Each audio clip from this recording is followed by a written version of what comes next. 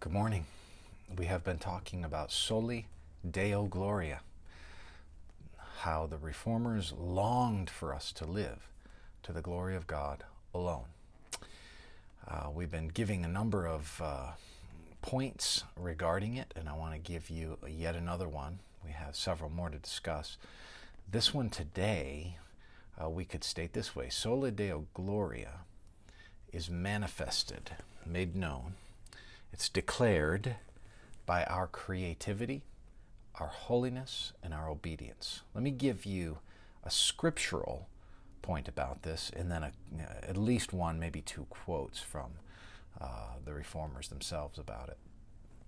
Exodus 36:1 is an interesting text where the instructions are being given in this broader context for the building of the tabernacle.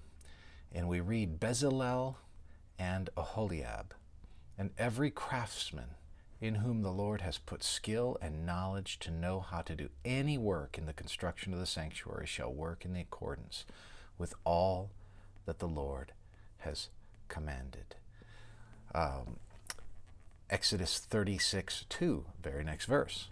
And Moses called Bezalel and Aholiab and every craftsman in whose mind the Lord had put skill, everyone whose heart stirred him up to come do the work. So what you see is that God gifts certain people creatively for purposes to do his work. And of course, we know the temple's all about, or the tabernacle rather, was all about the glory of God, as was the temple later on. But the tabernacle was all about it. It was the place where people came and met the Lord. It was the place where the ark was and the mercy seat. It was the place where the holiness of God resided. We saw that yesterday, that the holiness of God departed the temple, which the tabernacle was a precursor to.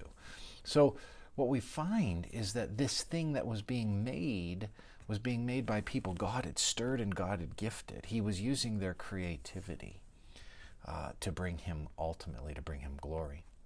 John Calvin writes, but as sculpture and painting are gifts of God, what I insist on is that both shall be used purely and lawfully, that gifts which the Lord has bestowed upon us for his glory and our good shall not be preposterously abused, nay, shall not be perverted to our destruction. In other words, use your gifts to the glory of God.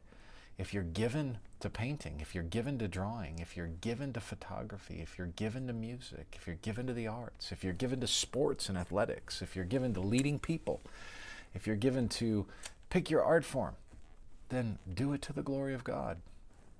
The life, William Tyndale wrote, of a Christian man is inward, between him and God, and properly is the consent of the Spirit to the will of God and to the honor of God, and God's honor is the final end of all good works.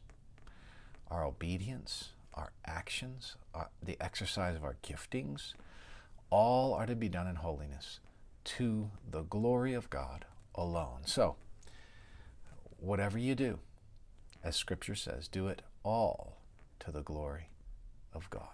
May the Lord bless you today.